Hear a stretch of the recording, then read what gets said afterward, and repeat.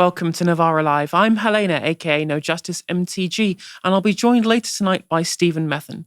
Coming up tonight, we've got an exclusive interview, which you definitely do not want to miss.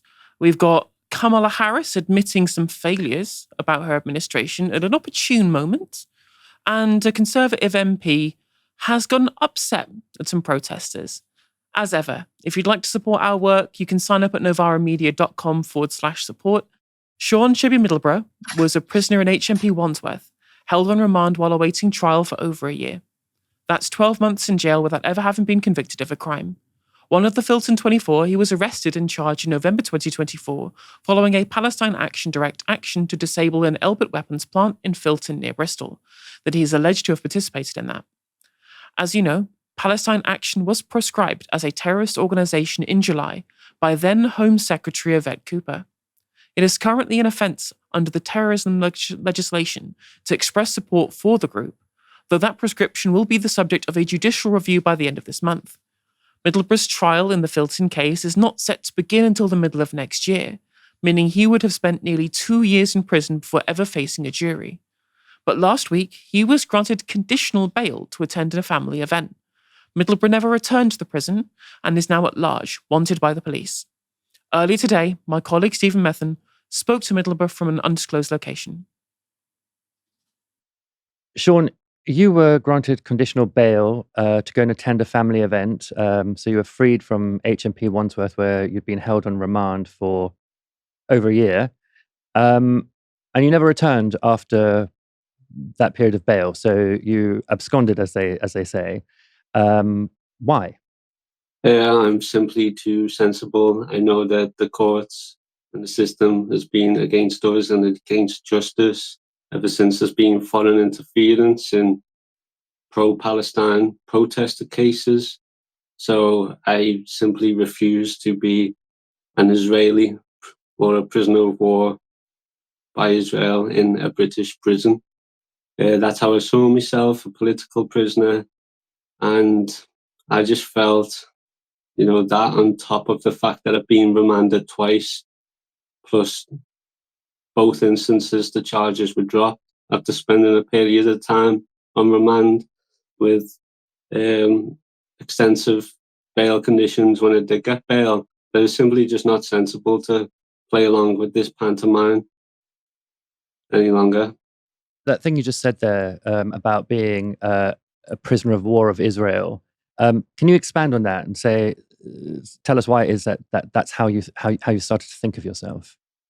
That's simple. Israel imprisons Palestinians for far less, simply for being Palestinian, or there's even been known to exile people in the millions. So when Israeli interests, when it comes to the weapons manufacturers in Britain, are pretty substantially impacted, then I think that in fact, I know that the Israeli embassy has contacted the Home Office multiple times. People can just search this as well. And there's been emails and correspondence between the Israeli embassy and the Home Office in order for the Home Office to politicize policing and crack down on protesters.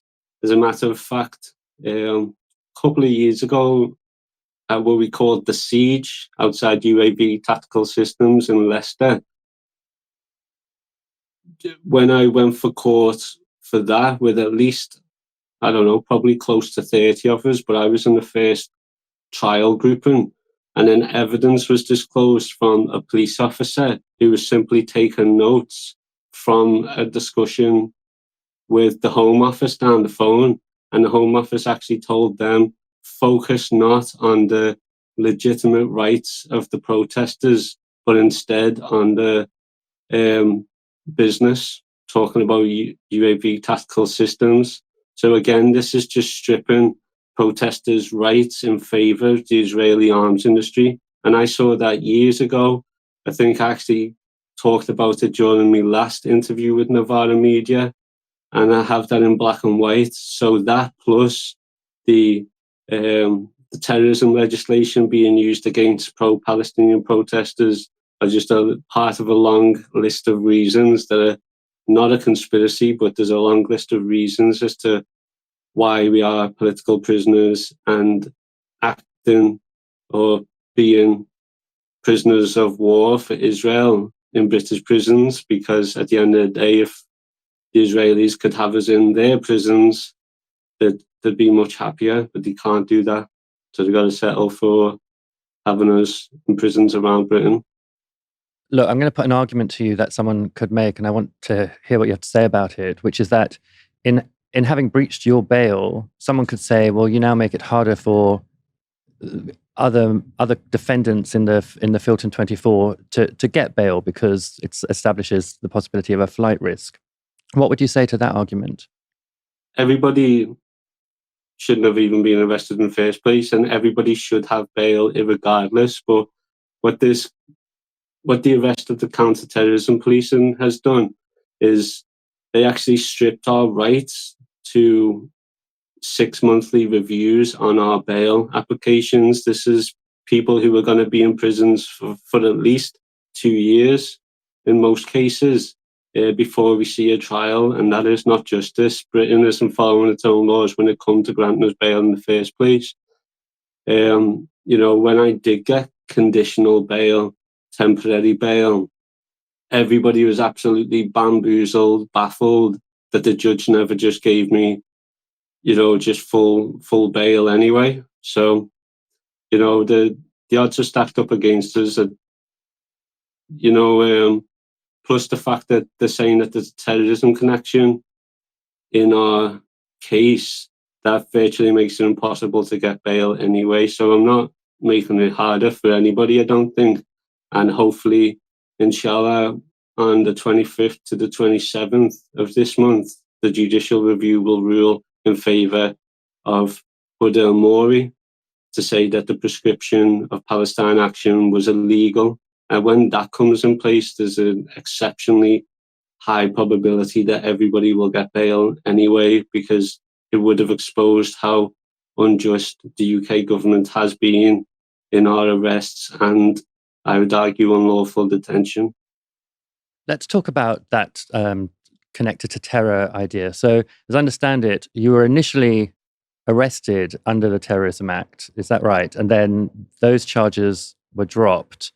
But now there's this idea that the non-terror charges that have been applied against you are terror connected or connected to terrorism. Can you explain what that means, and also what happened at the arrest and what led to the dropping of the terror charges? This is where there's definitely political interference.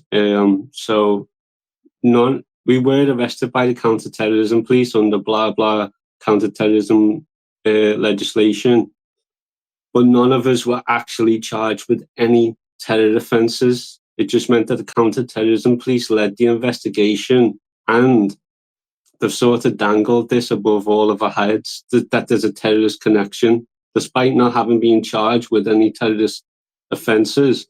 There's supposedly a terrorist connection, and this terrorist connection, if there is one at all, which of course there isn't, that wouldn't even be argued until and if the Filton 24 are found guilty. So during sentencing, then they would look at whether there's a terrorist connection or not. So that's not even set in stone. But nevertheless, the fact that we were arrested under the terrorist legislation for a supposed terrorist connection has stripped us from many of the rights that we would have if we were arrested for the charges that we were actually arrested for ordinarily. So what are those rights that have been stripped away? So it's the right to a fair trial, I'd argue. There's not a jury in this country that could not be influenced by the bourgeois press's reporting of Palestine Action recently since prescription. Obviously, the fact that we are categorised as terrorists, for example, I've had co-defendants in the Filton 24 who have been told that the terrorists, negatively, of course, from prison officers. So, it's sort of psychological abuse as well. Again, this 6-monthly review on our bail, we should be granted that, but that's taken away from us. We are restricted in our communications. All of our communications are heavily censored, monitored, or simply denied. And that includes visitations from friends and family, and letters and emails and phone calls. I was looking up, the conditions under which prisoners on remand are supposed to be held, and they're supposed to be quite different from the way in which prisoners who've been convicted of a crime are held. So, for example, you're supposed to have within reason unlimited visits and communications and so forth. And obviously, 6 of your co-defendants are now on hunger strike over worsening conditions on remand since Palestine Action was prescribed. Did you find that your conditions had also worsened following the prescription? Yeah, all power to those comrades on hunger strike. I believe that more will join. So in terms of the conditions, it's this intense censorship of being able to communicate with friends and family, and even just receive supportive emails or letters and have visitors. So I'd say that a big part of it is the fact that many of us haven't had free association with each other. Like, often in prison, if people are arrested for the same thing, they are likely to share the cell together. But that has been denied from us. So people are being treated as high risk and they've had to have their own cell. Personally, I prefer that. Or in my case, I was, I can't remember the term that they used. I was not to socialise with any of my co-defendants. That meant that I had to be on a separate wing from them at all times. I couldn't even be on the same wing as them, never mind share a cell with them. And that is even bigger in some cases, because you have the Filton 24 split up all around the country in different places, and have been shipped from prison to prison whenever they sort of got comfortable or being seen to have supportive visits. They're then shipped out further away from their friends and family. So all of this is sort of tactics that we can see in our cases to make life more difficult than us, or to punish us more than the fact that we're already in prison. Now that you've breached bail and you're at large, that poses obvious risks to you in terms of the length of a sentence you might get at some point, or an additional charge. What do you make of those possibilities? Yeah, those are the possibilities. But honestly, I've seen a lot of stuff posted about me on social media and things like that, and I check out the comments and I can see that there's an overwhelming support from the people for me taking this action on the grounds of what I stand for, a free Palestine. So with that in mind, and the fact that people are on side, and I hope this will help demystify why I have absconded. All of these things are sort of worth the risk.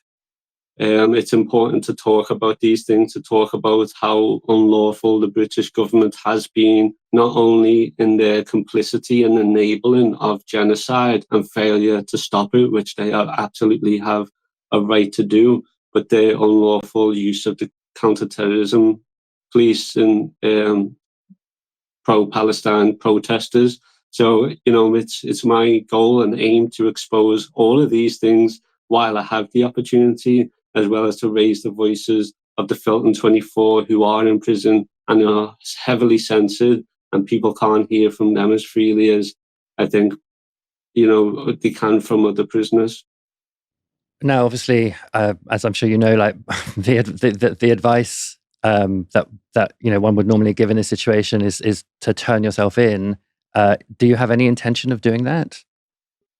There are literally countless war criminals and criminals against humanity in this country who are making arms to facilitate a literal genocide, who are enabling an ethno-state to settler, colonize the land of Palestine.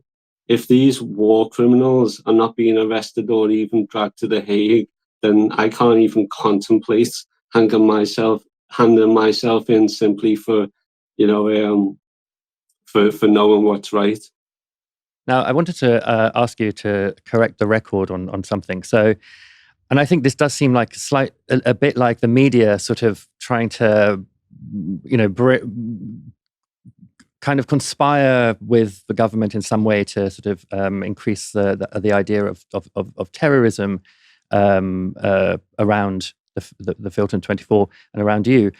One thing that's been reported is that you were on remand for allegedly playing a part in a plan to disrupt the stock exchange. Is that right? That was what I was arrested for, and then the case was thrown out. Right. So that's the press just misreporting this, pretty much everywhere. Why do you think they're doing that? That's being reported everywhere. I think maybe it's because the sort of restrictions on the Filton case that maybe that they just turn to that because that's one of the things they can turn to.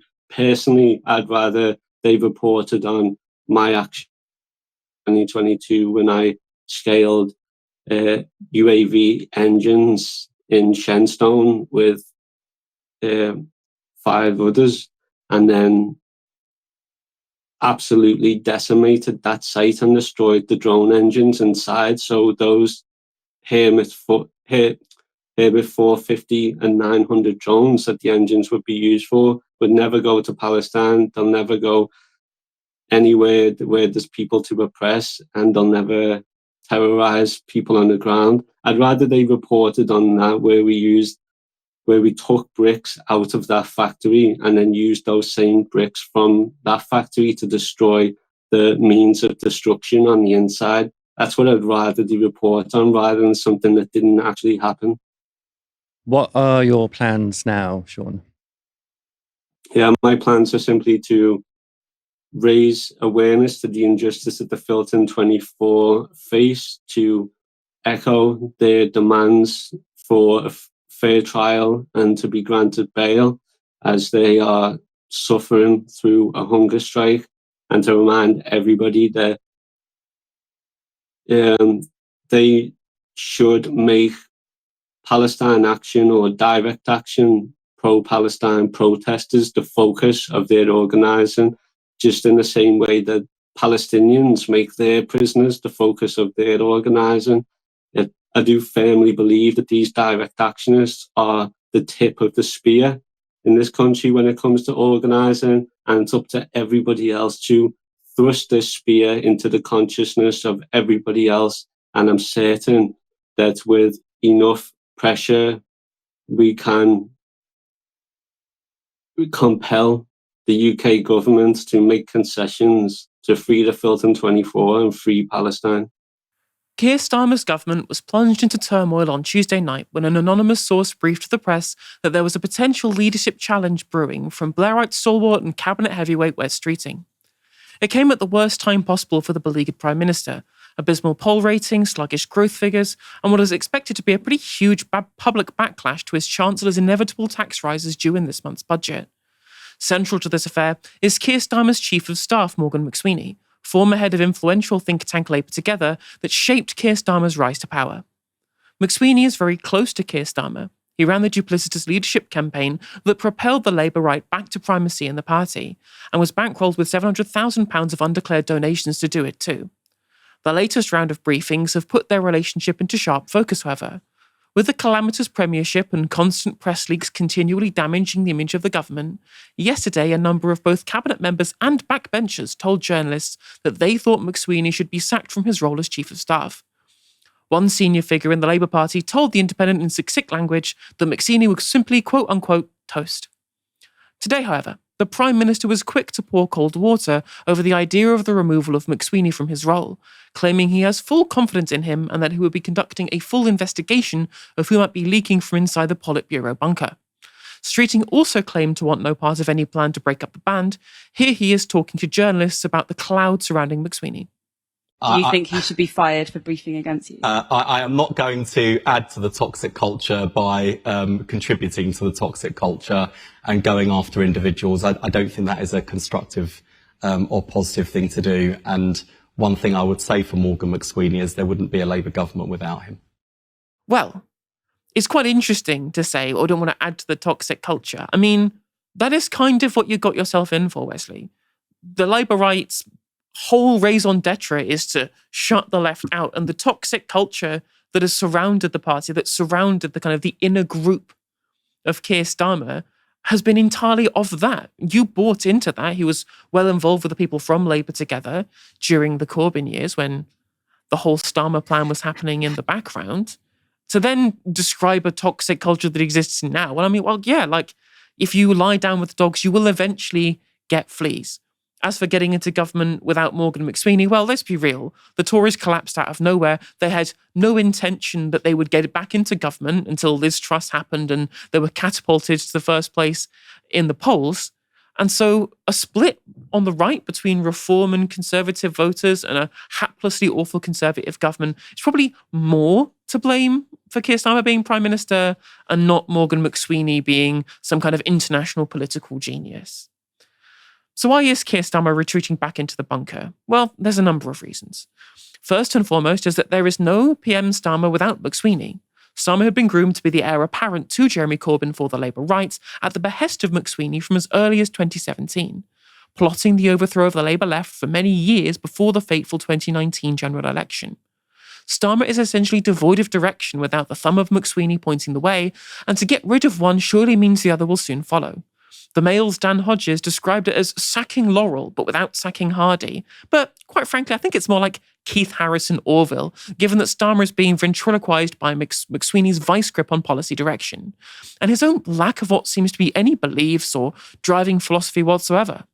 Secondly, is that the PLP and Labour's aides are furious, not just with the Westminster chaos, but also with the general direction of the party under Keir Starmer. The New Statesman's political editor, Alvarez, has spoken to many of them, and they did not hold back. He's squandering the opportunity of a generation. He might not be in power again for decades. Morgan has lost the plot. Keir doesn't want to know. Starmer doesn't understand politics or the Labour Party. He doesn't have a vision. He's a terrible communicator. We are hemorrhaging votes for the Greens. The least we could do is plant some fucking trees. They're not wrong. There will be dire electoral consequences for the McSweeney triangulation that has abandoned Labour's base. This was pollster Scarlett Maguire from Merlin Strategy on Channel 4's Forecast. The thing that would really worry me if I was in the Labour Party about Keir Starmer is that he has no flaw. So at the moment, even Jeremy Corbyn is less unpopular than Keir Starmer. And that's because Jeremy Corbyn, even if you might think that his views are unpalatable to the public as a whole, although, you know, we should remember that he got 40% of the vote in 2017 under very different circumstances. And in fact, basically got the same amount of votes that Keir Starmer did in 2024 when he led Labour to that crushing defeat in 2019. But he remains more popular now than Keir Starmer is. And that's because there are parts of the public that like what Jeremy Corbyn says, that believe he is authentic to what he says and will stick with him no matter what. Boris Johnson had a similar thing. Many unpopular politicians have people that will not desert them because they believe them to be authentic, at least to some things and some principles. And that is what Keir Starmer is completely lacking. A lot of Starmer's problems, and the reason why I believe his brand is irrecoverable, is because the public have completely made up their mind on Keir Starmer, and the number one problem they have with him is a sense that he is untrustworthy, that he goes back on what he says and that he breaks his promises. And actually an awful lot of that stems from when he was in leader of the opposition and when he did break a lot of those pledges that he stood to be leader of the Labour Party on, and that's been his chronic problem with his brand ever since. I mean, it does seem to be breaking a motor to hear that in public, something the left has been saying from the sidelines for ages, but she isn't wrong at all about this difference between people like Corbyn and Johnson and Keir Starmer, trying to appeal to everybody and eventually pleasing nobody. And the perception of untrustworthiness is well deserved too. Not only did he lie to his own members about his entire political prospectus, he won an election on a bunch of lies about his plans on taxation and spending, and totally concealing obvious plans for welfare cuts and digital ID, and he's been caught up in endless corruption scandals over donations and freebies. And these have all cropped up yet again yesterday. Starmer has been forced to apologise, having become involved in the appointment of David Cogan as chair of the Independent Football Regulator, having supported Lisa Nandy's decision to do so earlier this year. Both he and Nandy had received donations to their Labour leadership campaigns by Cogan, with Nandy found as having breached the Public Appointments Code. This was also after Keir Starmer had agreed to recuse himself from decisions involving football matters in 2024. And smelling blood, the press saw fit to dump yet another corruption story this morning. In an exclusive Sky News report, they have uncovered links between Starmer's comms chief Tim Allen and the consultancy Strand Partners, of which he owns a minority stake, which employs Starmer's biographer Tom Baldwin. Here's Sky News' Sam Coates explaining how they all fit together. Let's take you through how all of this fits together. The Prime Minister Keir Starmer is at the centre of it all. He's close, as we said, with Tom Baldwin, who we mentioned earlier. And here's Tim Allen, now in government. He joined the number 10 team as part of a reset in September. He's now Executive Director of Communications.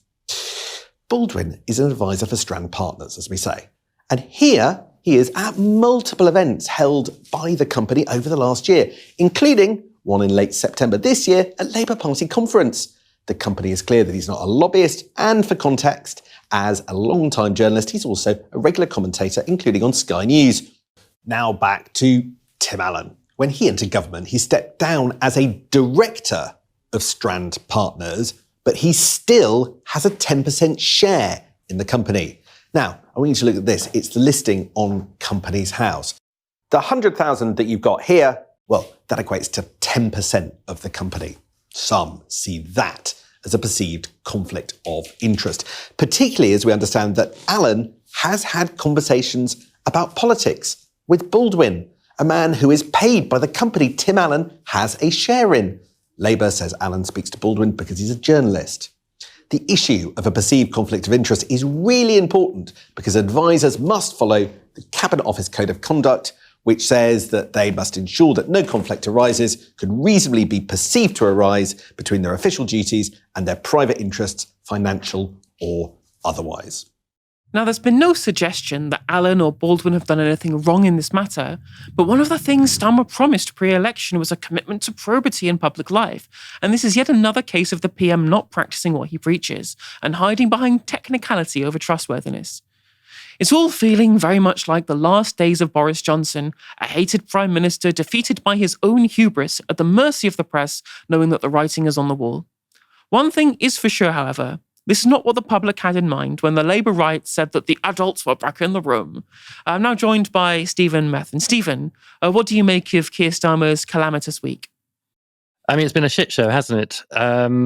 It's, I saw that Sky piece this morning and I was thinking, why are they sort of pushing this so hard? It seems like, in the grand scheme of things, like a fairly minor story with a reasonable defense put forward. And then I just thought, oh yeah, it's because Starmer is on the way out and journalists are sniffing that and they're pulling out everything that they can now that he's weak to try and generate the next moment of drama, which will be the moment that he goes or that he almost goes or that there's some leadership challenge. Something is going to happen because of this week in which he's, kind of disintegrated in many ways. So from sort of these toxic briefings to all of these revelations about, sort of various kinds of impropriety. Yeah, it's a bad week. And I think like the really bad bit is for Starmer is, as you said in the piece, the idea that McSweeney is in the firing line because, I think you said this as well. I mean, I'm just going to say it again. There is no Starmer without McSweeney. There is no substance to the man, Starmer. There is only the gale force wind behind his back, which is McSweeney pushing him from one thing to the next thing. And without him, Starmer just doesn't move. doesn't do anything, is directionless.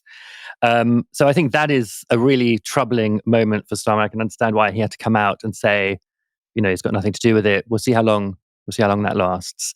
But yes, terrible week for Starmer. But it couldn't have happened to a nicer guy, really. I think that contributor that we saw, who was describing his, palpable untrustworthiness, which is, reflected in the opinions of a huge number of people in this country, that he's a man who cannot be trusted at any turn to do what he said he's going to do, or to tell you what he's planning to do when you vote for him. And it's these constant betrayals that have meant that there really is no option but for the Labour Party at some point to decide to get rid of him and replace him with someone else. They might replace him with Wes Streeting, my opinion, an equally untrustworthy person, who is to the right of Starmer in lots of ways. But the whole story is moving in just one direction, and that direction is a prime minister growing weaker and weaker and weaker. And you can see from the journalism that's happening around it at the moment that the sharks have smelled blood, and they are circling, and they are waiting for the moment when they can take a great big bite. I remember there was a time when we were discussing on my stream about the issues with regards to what was going to happen in the run-up to the election. And we were watching James O'Brien, and he was talking about, why would it be bad if Keir Starmer got a giant majority? Because he's different from Boris Johnson. Because Keir Starmer isn't a proven morally corrupt serial liar. And I'm like, that's exactly what he is, James. That's quite literally exactly what he is. And now the whole country sees it. But there was a Savanta poll that was done just after the election, a word cloud, where just this giant word liar emblazoned in the middle when people were asked to describe Keir Starmer. It was the overwhelming response to Savanta describing how the public viewed Keir Starmer as an individual in a single word. And what I find very funny, reading those responses from Labour MPs, Labour hangers-on, people from inside the party, going, everything is terrible. We're squandering the opportunity of a generation. I'm like, well, hang on a minute, right? When the left were getting expunged from the party, when there were internal purges of people on the left were like, he lied. Obviously he lied to get into charge at the top of the party, and then used that power that he was deigned to have by the membership to purge the membership of the people that Morgan McSweeney wanted rid of, going trot hunting, as it was described. And we were sounding the alarm bells about the reality of this guy not knowing how to be a good politician, had no real substantive plans to change the country, to make a substantive difference to people's lives, and that he was never going to be able to win over the public when they realised that you can only really lie to the public once before they actually get the measure of you. This were all of the warning signs coming from the left. And the soft left and the centre left within the Labour Party ignored us. Again, they bought into the narrative that anti-Semitic Trotskyists that needed removal to make the Labour Party a changed Labour Party that was ready for government, no longer a party of protest, right? They bought into all of those lies. And then they get into government, they get their prized seat in the Commons. They were promised 2 terms, a decade of national renewal. And they're facing losing their seat at the next general election. Some of them, in that Alpha Ray article, which is well worth going out and reading in full, I highly recommend that you do. It's excellent journalism. Some of the MPs that she speaks to say, I feel ashamed to call myself a Labour MP in public. And I'm like, this is what you wanted. You could at any point have called foul about the reality of what was happening up the top of the party. But instead of trying to make sure that you got the best out of the government, that especially after Liz Truss, you eventually were definitely going to get, you decided to put your head down and just get access to your £90,000 a year rather than rocking the boat because of fear of party unity, not that mattered to the left. And now you're here being a hated political representative for a political party run by somebody who is uniquely disliked, that you had ample chances to at least try and change the political programme of and not let Morgan McSweeney control anything. You didn't do that. You didn't try and convert it. And now you're in this position you're in. And again, quite frankly, you got what you wanted. Democratic candidate in last year's presidential election and former Vice President Kamala Harris has a book to flog. And that means she's been doing a round of high-profile interviews and appearances, promoting her account of the 107 days that she spent campaigning to be the most powerful woman in the world. And it was at one of those events in Seattle that Harris made perhaps the biggest admission yet of the Biden administration's failure over Gaza. Wake me up when it's over. We have too much to do. We have too much to do. You know, we do have too much to do. And one of the things that I was thinking about is how you felt the next day. So we'll get to that. You know what? Hold on. Let me.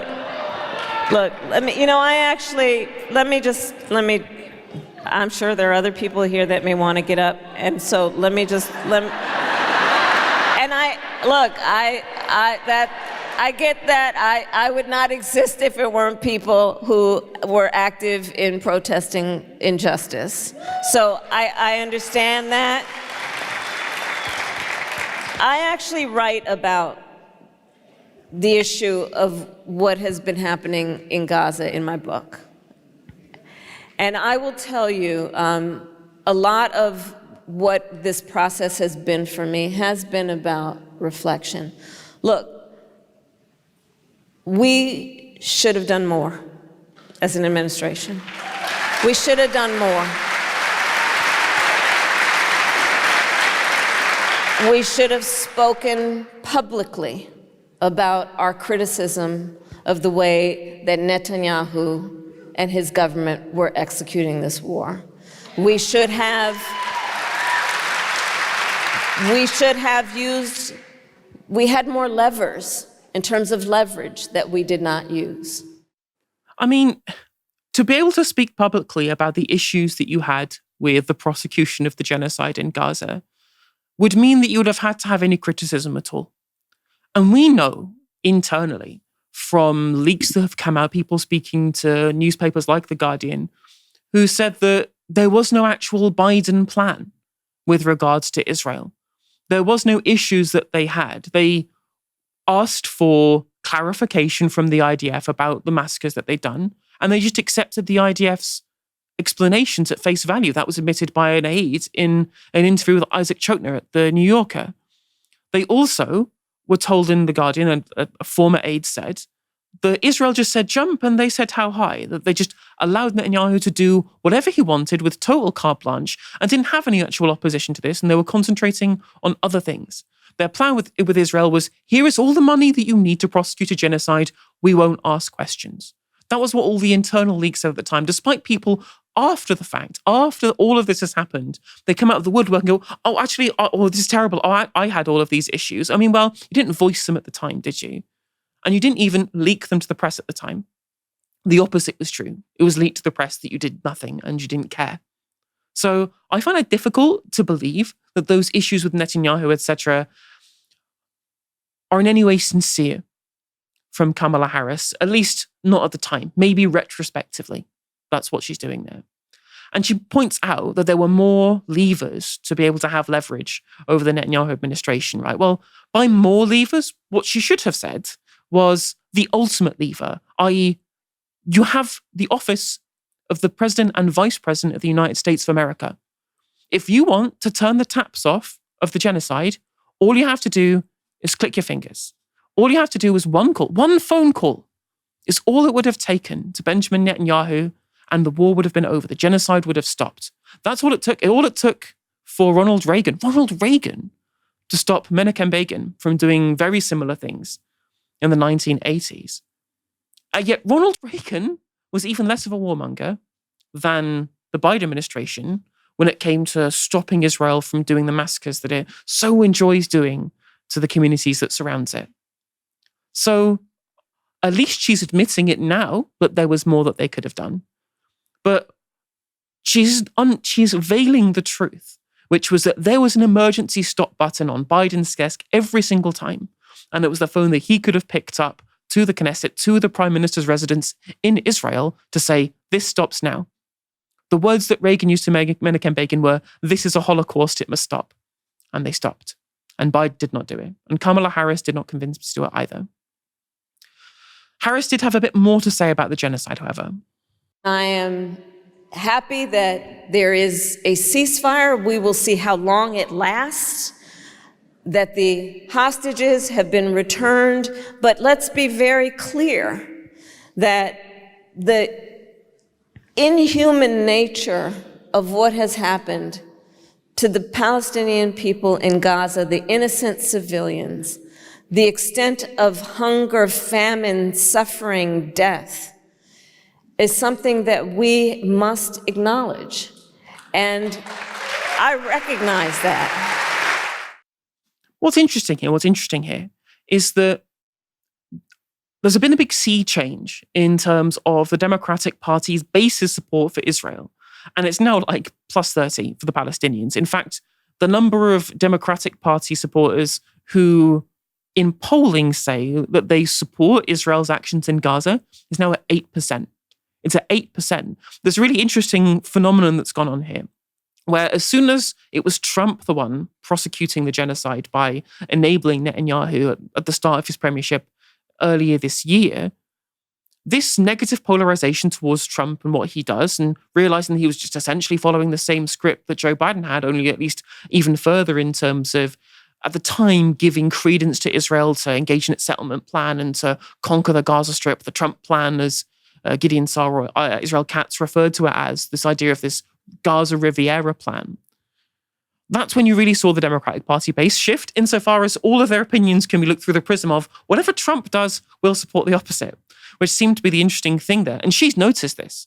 She really has noticed this. And opening up to what is obviously the Democratic Party's base now, which are fiercely anti-Israel, fiercely pro-Palestine. Every poll shows it. They believe it's a genocide by supermajority. They support the Palestinians by overwhelming majority. These are things that are now part of the Democratic Party's base.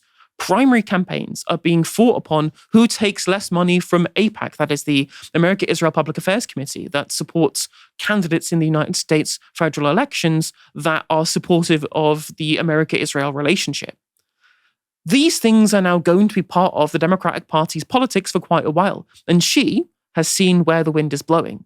Ironically, she's kind of doing what Wes Streeting's been doing. In eyeing a future leadership campaign, she has switched the way in which she talks about things, no longer to talk to what she believes is the median voter, even though on current polling, the American median voter is pretty anti-Israel now anyway. But she's looking inward towards the Democratic Party's base and going, how do I ensure that I can shore up the support that I need to potentially win a primary campaign to be running for president, which she has at no point said that she will not be doing. And in fact, she alluded to potentially doing so when she spoke to Laura Kuenssberg earlier this year.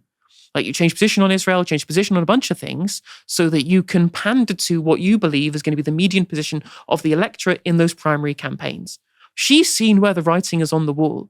And it'll be very interesting to see if Ken Martin, who's the chair of the DNC, and all of the other people at the top of the party will notice that fact, and you'll start seeing people disabusing their support of AIPAC who will be far more critical of Israel, and it might change the dynamics of the discussion around Israeli policy within at least the Democratic Party in the United States. Stephen, what did you make of those clips we just saw? Coulda, woulda, shoulda, Helena. A lot of coulda, woulda, shoulda there. I was just noting down while you were speaking there, all the money that was sent to Israel in the last year and a half of the Biden administration. So you had in April 2024 a $95 billion package split between Ukraine, Israel, and Taiwan. A month later, you had another $1 billion to Israel in arms. Then you had $680 million in arms in November of 2024, and then a further $8 billion in January of this year before the administration went out. That's a lot of things that are those the levers, like those billions and billions and billions of dollars? Are those the levers that Kamala Harris is talking about? That there were levers we could have used. Some, I don't know, over $100 billion worth of levers that they could have used. I mean, it's all very well to say, oh, we should have done this, we should have done that, when you are literally one of the most powerless people in America at the moment. You are like, you had a go at running for president, you lost all your political capital as a result because you couldn't, during that campaign, say anything yourself critical of what was happening in Palestine. And that's the thing that Democrats sort of just many refused to vote, or people who would have voted for her were just like, I'm not going to vote, because Kamala Harris could not make a statement about Gaza while she was running for president. So, the idea there is that, had she been the most powerful woman in the world at the end of that, it's very unlikely that she was going to have changed her tune at all. In fact, she'd run a whole presidential campaign on literally not criticizing Israel. And to sort of turn around now and say, I've been reflecting, it's been a period of growth for me, and I now see that we should have said more and we should have done this. Cry me a river. Like, you should have done it, but you didn't do it, and you knew you should have done it. And, and it's not that there was any kind of ignorance about what was going on. I mean, Helena, you said that they just believed what the Israelis told them was happening, and they just took that at its word.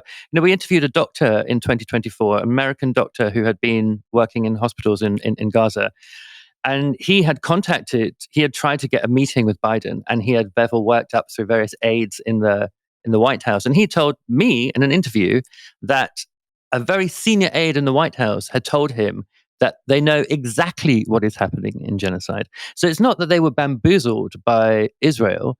They knew exactly what was happening in Gaza, that a genocide was happening, ethnic cleansing was happening, mass displacement was happening, crimes against humanity were happening. They knew all of that, and they still not only didn't pull those levers that she's referring to, but sent over $100 billion in military support to Israel during that period. So I'm not very impressed by Harris, not very moved by her words, not very interested in what she has to say. I do think, though, that she's often criticized for being a poor politician, and I don't think she's a great politician. But I do think that actually that was not a bad way to handle kind of heckling from the crowd. I don't know whether it did handle it. I didn't watch the full 1 hour, 7-minute interview. But I thought that was quite a good way of diffusing the situation by sort of spinning a sentimental little fiction about your time in the White House. Obviously, we've talked on the channel a lot about the Democratic Party's primary and then the election overall in New York City mayoralty for Zohran Mamdani becoming the new mayor, being very anti-Israel, being very anti-Zionist and pro-Palestinian. And we've covered a bunch of other kind of primary candidates for the Democratic Party. Stephen, do you have any thoughts about what might be happening with the upcoming primary season? How much do you think that policy with regards to Israel will come up in those primary elections? I think it's likely to come up less, actually. And I think it's likely to come up less because I think people are so relieved at the idea that there is, in some sense, a ceasefire holding at the moment that they actually don't want to think about what has in fact actually been, I think, for a lot of people on the left, or very broadly speaking, a traumatic and also a deeply disappointing time when it comes to their politicians. And I think given the presence of Trump, that is where the focus will be. So I think that there will be some people who will want to talk about the genocide, but I think actually there'll be as we see a kind of disintegration of US like liberal values, or US at least a pretense of having them, or US democratic values with things like these ICE raids and just people being locked up for long periods of time, just completely disappearing. In fact, extrajudicial killings outside of the country. I think these are the kinds of things that are likely to dominate to dominate more than Israel at this point in time. Of course, that could all change because things could change very quickly in Gaza as well. What do you think? I think I agree with you there. We looked at, especially the primary I was talking about and the general election in New York City, where all the other candidates other than Mamdani were desperate to pledge their allegiance to Israel. And he was like, well, don't really like Israel. I think they should have equal rights there, but I'm focused on affordability. And I think what we're seeing now with regards to Chuck Schumer and the capitulation over the government shutdown, the real kind of division that we're going to see within the Democratic Party's primary base is going to be fighters versus folders. Like when we saw the kind of people who won elections in those election period that we saw, like there was a governor in Virginia, an attorney general, there was a governor's election in New Jersey as well, and there was all different kinds of characters that won there. You had a very kind of right-wing winner in Abigail Spanberg, a former CIA person. Mikey Sherrill in New Jersey was a bit more kind of center-leftish kind of person. And then there was the attorney general in Virginia who had a scandal where he'd texted somebody wishing very nasty things on his Republican opponent, and he still won. I think that's because they took an angle about taking the fight to the Republicans, taking the fight to the Trump administration over a bunch of the issues in terms of the things that matter to Americans, like healthcare, which was going to get gutted by the big, beautiful bill, such as the SNAP payments that have been missing from people all this time that we're trying to fight in the Supreme Court, and indeed some other things that are important due to constitutional norms and people getting blackbagged off the streets, all the things you pointed out there. And it is any candidate who shows that they have the fight to take it to the Trump administration, which Schumer and Jeffries have shown that they clearly don't have. And quite frankly, I don't think Kamala Harris really has. And if you have seen somebody who's grasped the nettle on this, people on the left have. So you saw the Against Oligarchy tour from AOC and Bernie Sanders. They've been really good at winning over the liberal wine mums who are very mad about the Trump administration and are looking for a fighter, not a folder. And in the absence of anybody else, the left had realized that they had been laying low for long enough that they should be taking the fight to the Republicans to win these people over. These people who have fundamentally not really had political opinions rather than political allegiances have seen a Democratic Party that's capitulated to Trump. And so they've been looking for somebody to latch onto. And this base building attempt by people like Sanders has been really good at turning these people from liberals into social democrats that could be potential socialists further down the line. And those are the kind of people that Mamdani has also won over as well, as also bringing in new people into the coalition too. Other than that, the only real person who's actually shown the fight has been Gavin Newsom, who seems to be shitposting his way into winning the primary for the Democratic Party's presidential candidate in 2028. Not that I'm happy about that. It's Gavin Newsom. He's an idiot. But at the very least, it means that there is a delineation factor that you can see that is not ideological. It's about the desire to fight. And if Democrats don't want to fight this Trump administration's ripping up of all constitutional norms, then as somebody who doesn't like the Democratic Party but is against Trump, then those people need to get out of the way. Now, we've talked a lot on this show about the Labour government's reaction to the West Midlands Police's decision to ban away fans from last week's match between Aston Villa and Maccabi Tel Aviv. But they're hardly the only political party putting their allegiance with foreign football hooligans over the safety of the people of Aston. Many Conservative Party representatives have been unhappy with the West Midlands Police's decision, and one of them is MP for West Suffolk and Aston Villa fan Nick Timothy, who took to Twitter to post his letter to the Chief Constable Craig Guildford, outlining in his post why he was upset with both the decision of the Safety Advisory Group and the actions of the police during the match. Last week, Jewish Israeli fans were banned from Villa Park. At the ground, Islamist thugs called me a dog, told me to fuck off, and demanded the police take me away. As the video below shows, the police took their side. My letter to the Chief Constable. Okay, whoa there, home slice. Jewish fans weren't banned from Villa Park, and neither technically were Israelis. The ban was on supporters of the away team and had no ethnic or nationality stipulation whatsoever. Now, the first half of his letter is him asking for clarification over a number of key statements from the West Midlands Police that confirmed what we all knew already, that the decision was taken exclusively because of the behaviours of Maccabi Tel Aviv's ultras and not because they were surrendering to the thugs and Islamists of Birmingham, as Timothy had alluded to in a speech he made to Policy Exchange last month. Given our extensive coverage over that decision, I won't be rehashing the first half of his letter here. What's intriguing here is what he says in the second half about his trip to the match itself. When I talked to protesters, they told me to fuck off and called me a dog. They called to 2 police officers and asked, "Officer, can you take this dog away, please?" Instead of telling these men to moderate their behaviour, the police officers approached me and challenged my behaviour, with one asking, "Are we going to have an adult conversation or are we going to move on?" You can watch my video here and you will see I did nothing wrong, while the protesters, whose side the police officer immediately took, were not challenged at all. If anybody had committed a public order offence or a breach of the peace, it was not me, but the protesters. Can you explain this decision-making, please? This is the part of the video he is referring to in the letter. You wouldn't want to engage with arguments. I'm a dog. Is that what you're calling me? Yeah. Why do you think I'm a dog? Why do you think I'm a dog? Officer, can you take this dog away? You think I'm a dog? Take this dog away. Can you take this dog away? Expressing. Go away. I'm saying something to fuck off. Go away. We don't want to speak to you. Stop putting that thing in that. I haven't done anything. Go away. I'm a citizen of this country, and I'm free to do what I want. Are we going to have an adult conversation? Go away. No, don't. Is that my choice? Don't entertain him. I'm asking you a question. Don't entertain him. I was trying to have an adult conversation. They started calling me a dog and swearing at me. I haven't done anything. I haven't done anything wrong. I think it's best that we leave it. It was very unpleasant, and I can see why if you're a Jew who wants to come to the game, you're not going to feel comfortable coming because they were chanting death, death to the IDF. This is insightful language. They were chanting from the river to the sea. That is a genocidal chant. This is deeply unpleasant stuff. We can stand up to this extremism, or we can appease it. But if we appease it, we will end up defeated by it. Guards, they use hurty words. Now, it's really important to understand that this is standard fare for protest policing, by the way. Protest groups are supposed to be separated to avoid confrontation. And he's going around and putting a microphone and camera in people's faces and getting mad when they don't want him to. The reason the police officer asked him to leave was because he was the one initiating the interaction and bringing those groups together. Now, that wasn't his only concern, however.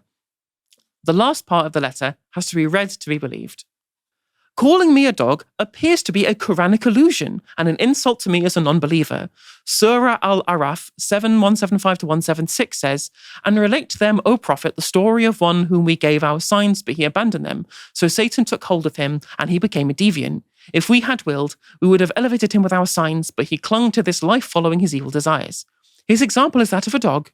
If you chase it away, it pants, and if you leave it, it still pants. This is the example of the people who deny our signs. Will you consider the video recording in this scriptural context and assess whether the men calling me a dog and swearing at me were guilty of religiously aggravated public order offences?"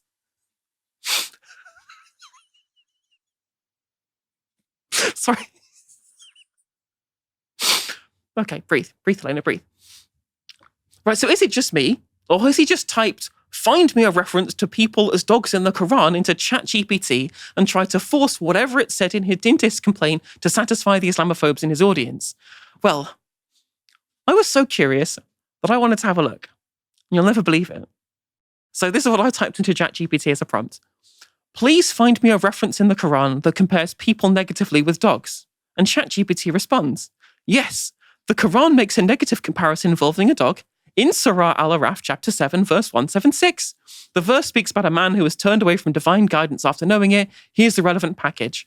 And here is the passage that we read out earlier. Context. This verse refers to someone who received divine knowledge or guidance, but abandoned it in favor of worldly desires. The image of the dog that pants constantly, whether driven away or left alone, symbolizes insatiable greed or attachment to material things."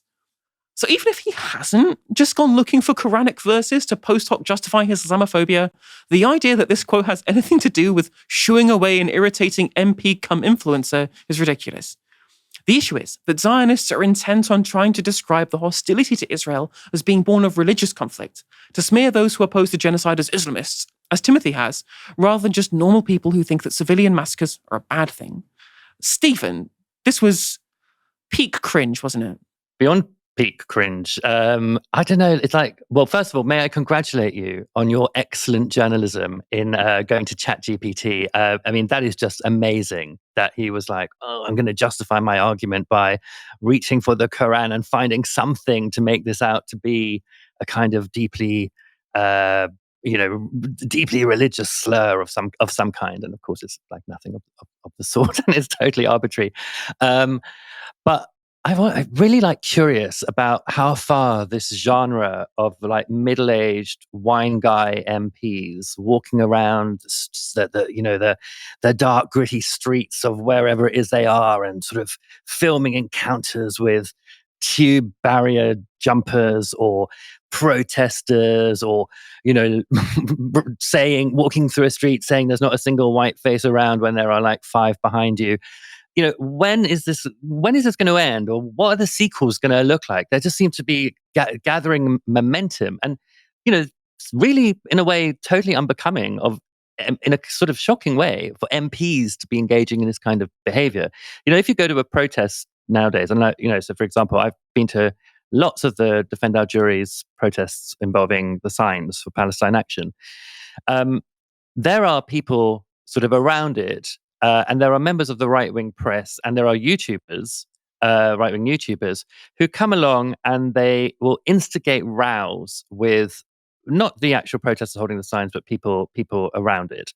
And they'll instigate rows, and they'll capture those rows on video, and then they'll put them up on YouTube and say, "Oh, this is like violent, threatening protest," where what's actually happening is a bunch of very quiet people holding a sign or being arrested. They'll be like, "Oh, this is a terrible, yes, terrorism, etc. Look at what happened at this protest." And this is what this guy is doing here. He is behaving no better than a cheap auditor at one of these, at any protest that you might go to. But he's an MP, he's a lawmaker. Why is he trying to create a scene in order to convey a certain sense of threat to one community, the Jewish community, as he put it there, which doesn't actually exist? It's to me, it's conjuring a kind of picture. It's essentially a kind of lying, really. You're structuring, you're creating a sort of version of reality which is just not actually as it is. And as an MP, I'd have thought you just had better things to do. I mean, this is why we're paying them to sort of go out there and create, try and have, I don't know, a second career as some YouTuber with 60 followers. Is this why he went into Parliament? That's what I want to know. Is this why Robert Jenrick went into Parliament, to do these kinds of stunts, or is he there? Are they there to actually try and improve things for the people of this country? It doesn't look like it, does it? I'll tell you what it is. I'll tell you what this is. It's very Partridge. It's extremely Partridge. Crash, bang, wallop. What a scandal. That's what it reads like to me. Because they've known that, Nigel Farage has got popular on TikTok. Zohran Mamdani has got popular off TikTok. We need to do videos to camera with dangerous music in the background. And in the case of Robert Jenrick, wave N64 controllers at people and bang on about prison gifts. And Nick Timothy walk around agitating people in front of you and then claiming that there was a no-go zone that was created in Birmingham by the West Midlands Police.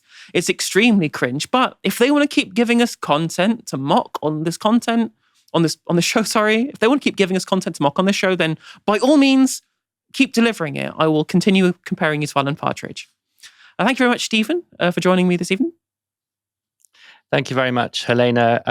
I was feeling very jittery and jumpy all day today about that interview at the top of the show, and this has calmed me down a lot. So thank you very much, Helena. It has been much appreciated to spend my time with you on Thursday. Thank you, everyone, for tuning in. We'll be back tomorrow at 6 p.m. For now, you've been watching Novara Media. Good night.